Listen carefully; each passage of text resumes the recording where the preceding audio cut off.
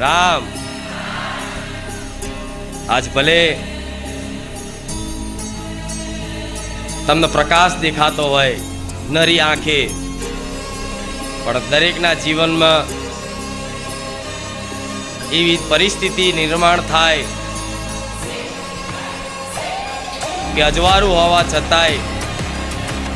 મનુષ્યનો અંધકાર છવાઈ જાય કે ક્યાં જવું તો શાંતિ લાગે, શું કરું તો શાંતિ મળે, અને ઉદ્દેશથી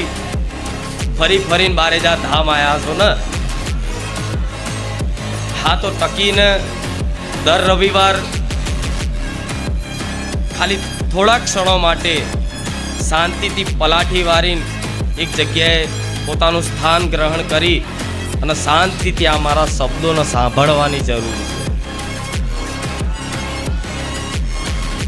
આખું અઠવાડિયું તો તમે પરિવારને